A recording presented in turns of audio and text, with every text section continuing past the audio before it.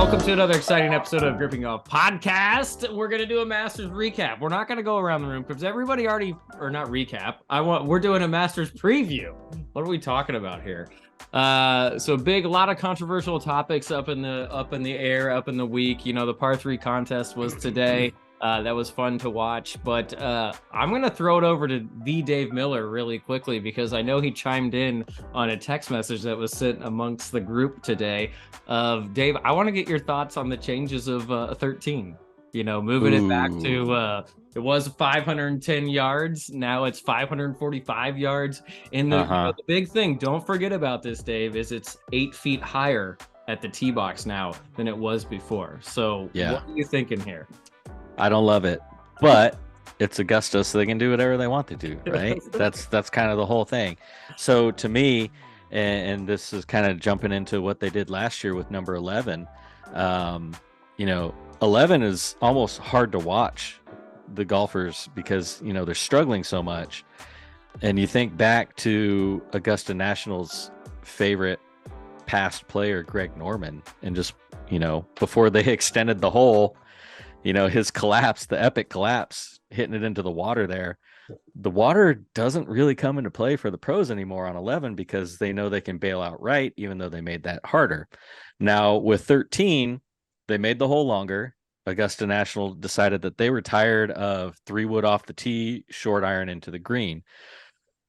They've changed the angle a little bit, right? So now it's essentially driver off the tee, short iron into the green. Yeah. To me, the magic of the Masters is on Sunday, somebody making a run, amen corner, the par 5s on the back 9, the eagle opportunities to get somebody vaulted into contention while somebody's choking it away by hitting 2 balls in the creek on 12, right? Yeah. That's what makes the Masters the Masters. The roars coming from those eagle putts, regardless of how long the holes are. So I'm not quite sure what Augusta National is thinking.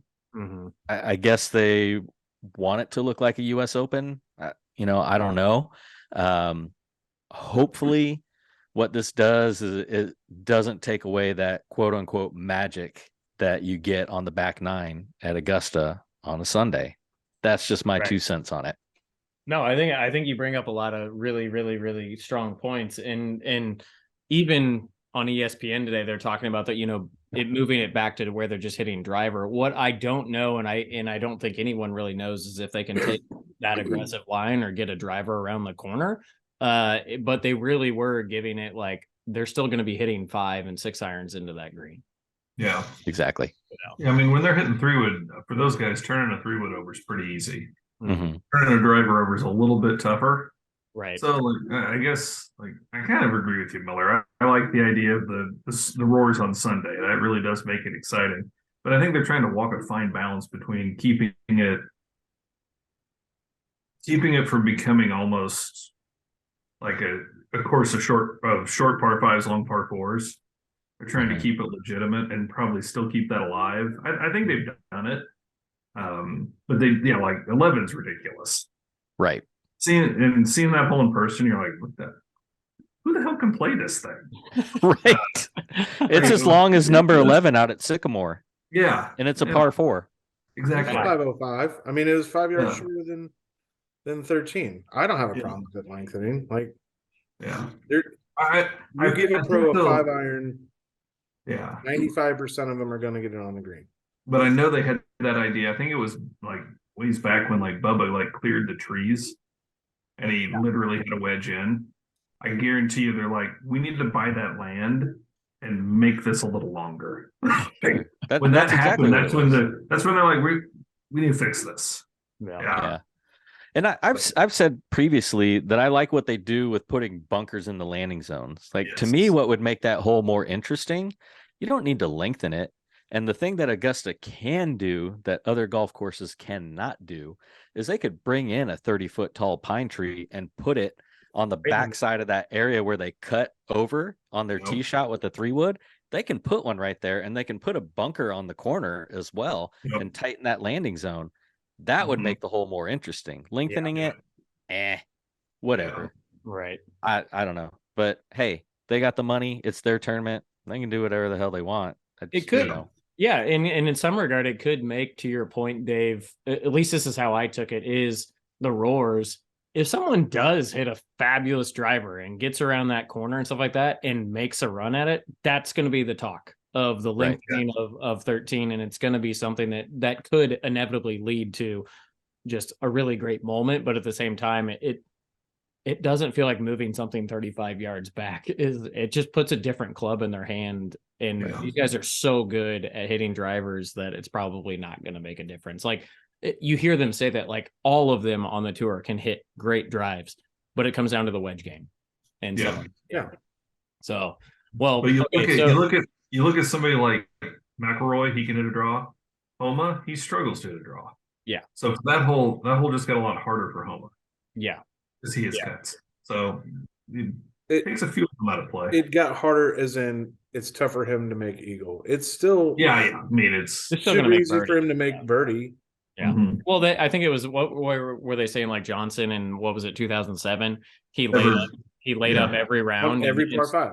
Yeah. And he made birdie on 13 every round.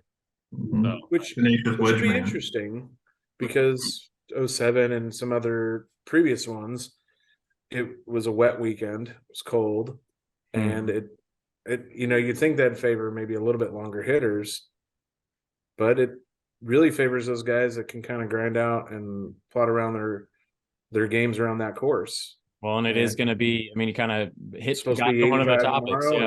Yeah. 53 or something like that on the weekend. So the weekend will be really interesting to see kind of who can navigate the brutality of the weather, because it's going to get pretty nasty. So Mutter's course this week. Go ahead, say that again, John. Sorry. It's a Mutter's course this week. Yeah. Mother was a mutter. Yeah.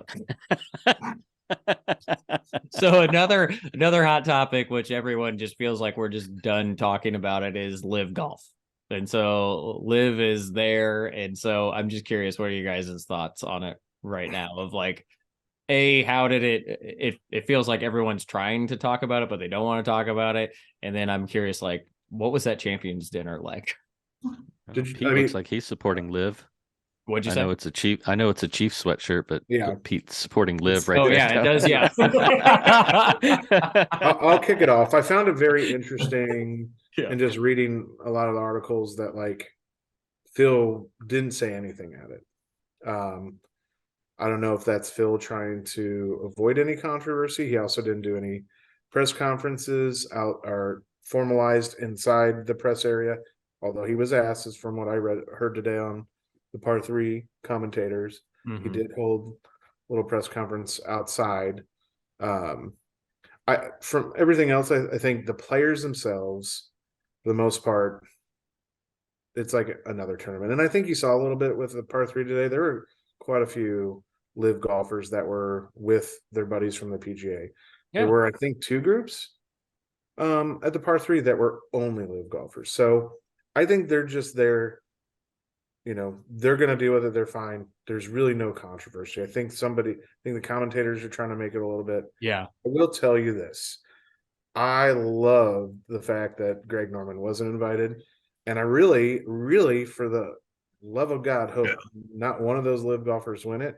Because I think if they do win it and they do their planned celebration on the 18th green or whatever that he's hyping up, it's just a terrible look. Like, if your product's better than the PGA, great. The problem you have right now is your product's not.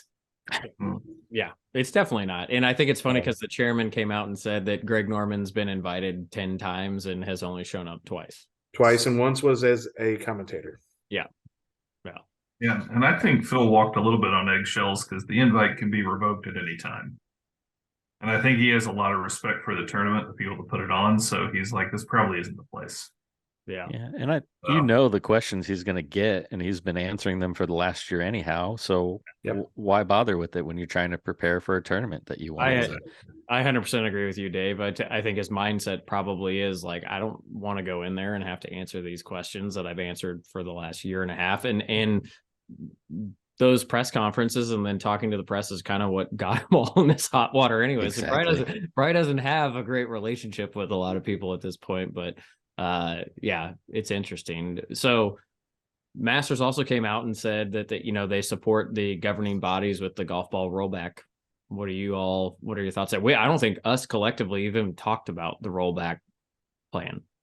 Not a fan. I don't think we have, but I have the question I have is it a golf ball rollback that's applicable to all competition? I'm assuming so. If it's a No. USGA, No, then only elite competition. No, I don't want 2 golf balls. That's dumb. Like, do it for all or do it for none. Mm-hmm. I think you'll see it be adopted by at least the U.S. Open, and then probably the Open.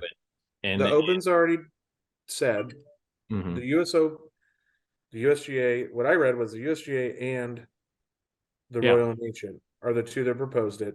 Yep. Fred Ridley comes out today, adds his salvo to it, and says, "Yes, we're for it." Yep.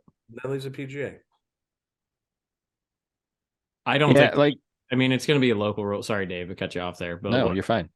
It's 2026. Is that when that goes into place in the U.S. Open and then the Open? Yeah. Yeah. So, and to me, Augusta's out here lengthening holes by 35, 40 yards, and then they want to do a reduced flight ball. Right. They don't want their champions to be at 18 under for a tournament. It's clear as day that that's what they want. To me, is a reduced flight ball really going to affect what we look at on the PGA Tour? Probably not. The pros are good enough. They're going to find their way around it. But just like Pete said, there's absolutely no need for a second different golf ball. This, the whole distance debate, I think, is just dumb, and they say they don't want golf courses to become obsolete. Then don't hold your tournaments on those if they're not long enough for your professionals, right? That has already come and gone. Right. Like that happened 15 years ago. Yeah. How many courses were built? Honestly, from mid 60s to the mid 80s that are literally obsolete because they're at 6,500 yards. Yeah, but a lot of those courses, they've got big trees and interesting design that still keeps them somewhat relevant. Right. And, the pros get upset when people say grow out the rough and things like that to try to stop it. Can that make a difference? You bet. That's how they keep the scores low at the U.S. Open. Really hard fairways, really tall rough. You can change the course setup to how you need it. But I would. It's the ball's not the answer in my opinion. Yeah, and I could be wrong when I say this, but it's like, I think if you go back and look at time of when they're talking about the distance has grown, I think it's 15% is what it's happened over the last, since like 1990 or something like that. Is that when it was like 269 was the average distance? That's when the Pro V came out. That's when it really crazy. Okay, so it's like 15%. In that same time, Augusta National has increased their yardage by 8%. And so, it's growing, but what I don't understand fully is like the average score has not gone down at the same rate. So to me, yes, they're hitting the ball longer. It's more entertaining.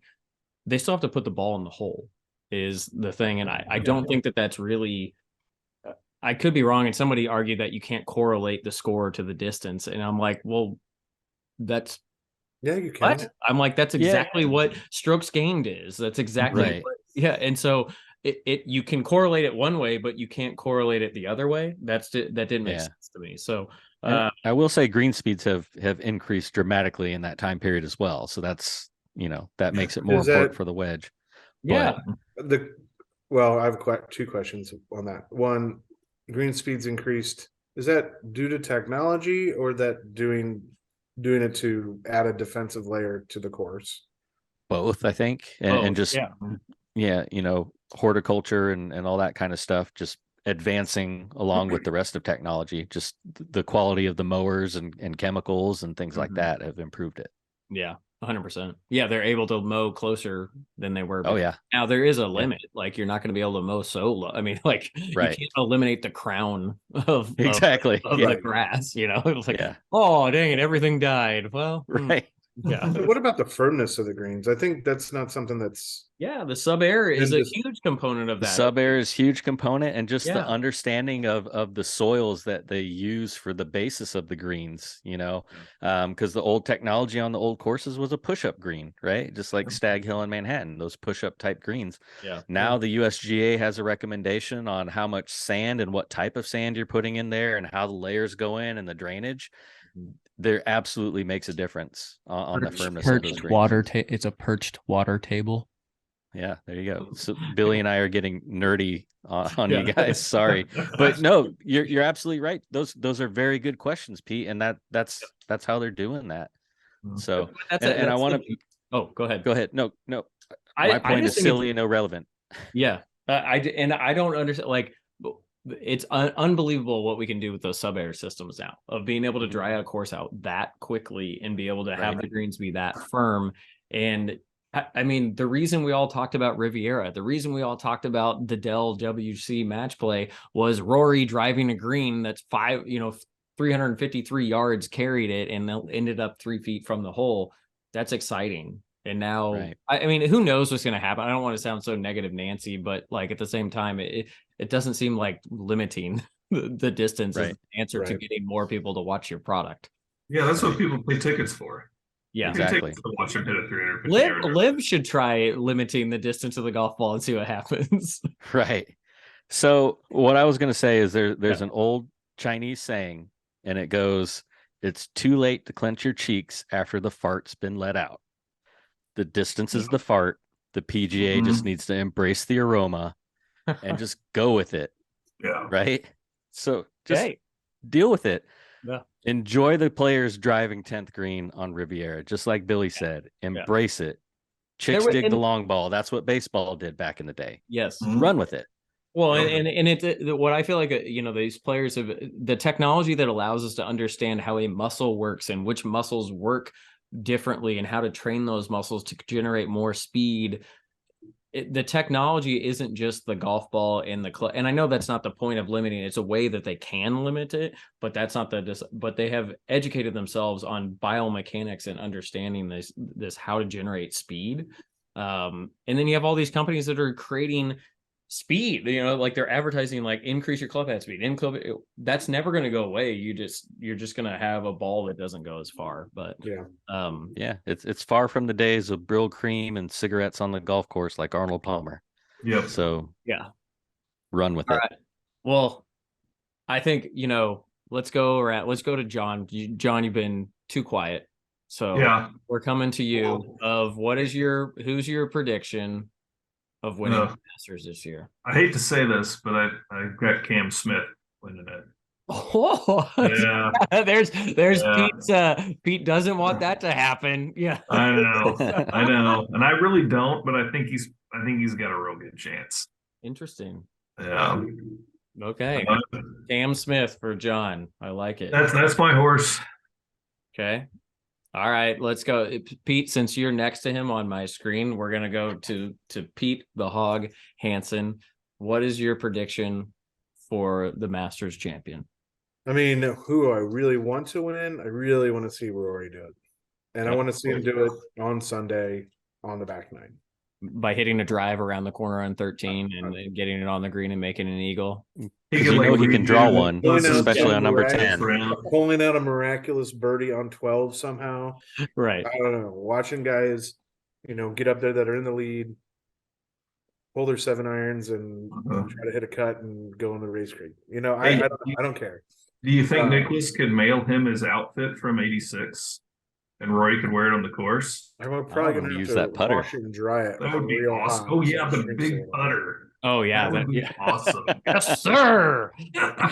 But, I mean, honestly, I think Jon Rahm has a real good chance to do it. And I'm a little bit torn. I think Scheffler has also an equally good chance to defend. I mean, poised to be a good one. It's probably I'd probably honestly go with Scheffler. I think his game is just lights out.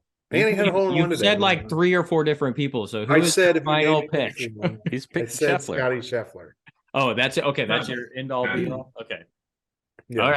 All right. The Miller. Dave Miller, what are you going with? I'm just like Pete with my logic. The sentimental favorite is Rory. I do want to see him win it, and he's on form, but it's super hard to bet against today's golf's big three, right? So Rahm, Scheffler, and Rory. I think my pick, it's probably Rahm. My sentimental pick is Rory. My dark horse, I'm going to throw a dark horse out there. I've got two. Dark horse is Tiger, and I'm going to go with fellow Korean Sungjae Im. Oh, yeah. Man. But I do think, I feel like this might be Rahm's year. Okay. Wow. Okay. Those are some good picks and good logic too. I appreciate that. Thank you. I had a lot of time to think about it on the skid loader today.